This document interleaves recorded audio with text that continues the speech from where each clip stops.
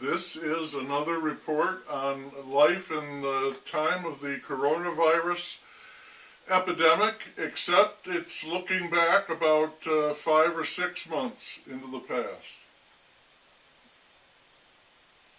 I saw a video of a woman speaking about living with her family on a remote island. Their work was hard, constant, and repetitive. They had cows and sheep, goats and chickens. She said the children grow up seeing life as a cycle, and I think they see the larger perspective.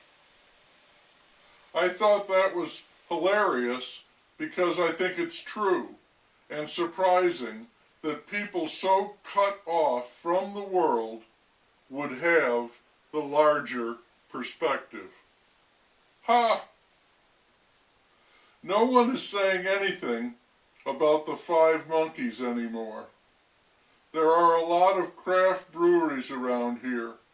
One of them should put out a new IPA called 5 Monkeys with a great label. The PM's border security czar resigned, and the PM had a plan to send $4 billion to South American countries in exchange for help with slowing their emigrations. Yeah, that'll work. The money will stay with the rulers, and the poor people can do whatever they want, and the PM will say, "Hey, we tried." That's his solution. Throw money at it. So guess what? The PM wants to spend more money, a lot more money, another $2 trillion, this time on infrastructure. Of course, no argument, it's badly needed. But the main thing here is, just like the $4 billion to South America, the money will not go where it is needed or intended.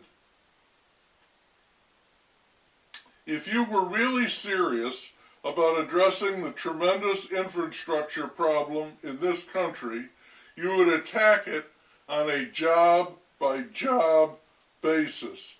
That road, that bridge, that tunnel, spending the money as you go, and maybe even putting some people to work. Probably illegal immigrants. Oh well. There are precedents for that. The absolute worst and dumbest way to approach the problem is to have A, no real plan, and B, a shit pot of money which you will C, put in the hands of politicians who will D, use it to grease their friends and benefactors. This is plain to me, but I can't do anything about it because I'm just a nigger. A friend of mine is reading a book about the Civil War, and in doing that, he is learning or relearning that context is vital if we are to truly understand history. What is happening? Causes and effects. And the richer the context is provided, the better we can understand what happened, how it and only it happened, and nothing else, and therefore why it happened. That woman and her family on that island, they are immersed in context. They live in context. I think that most great novels are contextual masterpieces. If the author can provide context, the reader has the pleasure of working out the meaning for herself. In these reports, as Samuel Pepys, I have tried to lay out the context of this time. While uploading a piece, I watched a show about Oliver Sacks, the neurologist and author. He was talking about what he thought of as his home.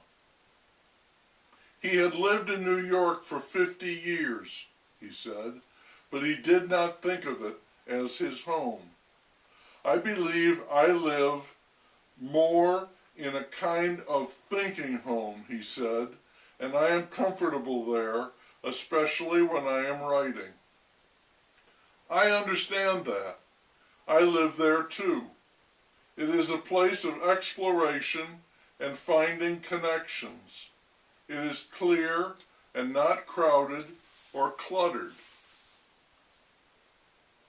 When he knew he was dying, when the doctors told him it was a matter of months, he announced that to his friends, saying, "I see tears all around me, but as of yet, I have no tears." He said he was shocked and saddened by the news of his imminent demise, and he was fearful, but he also felt an overwhelming sense of gratitude. He kept on working until he died. A friend of his said, "When I heard he had passed, I felt grateful. I felt happy. Oliver had done it. He had pulled it off. He nailed the landing." As we grow into life, we develop a sense of self. We become self-aware, conscious, self-conscious. That tends to make us selfish. But one being is also shared with all of existence. We need, I think, to try to temper the selfishness, to try to be a bit more engaged in others and the world. So hold on loosely, as the song goes, and don't let go. Use of one of the vaccines has been suspended. Out of 7 million shots administered, 6 women developed a rare blood clot. We have to be careful, a doctor said. We develop these vaccines in 8 months. Usually it's more like 10 years with all the testing.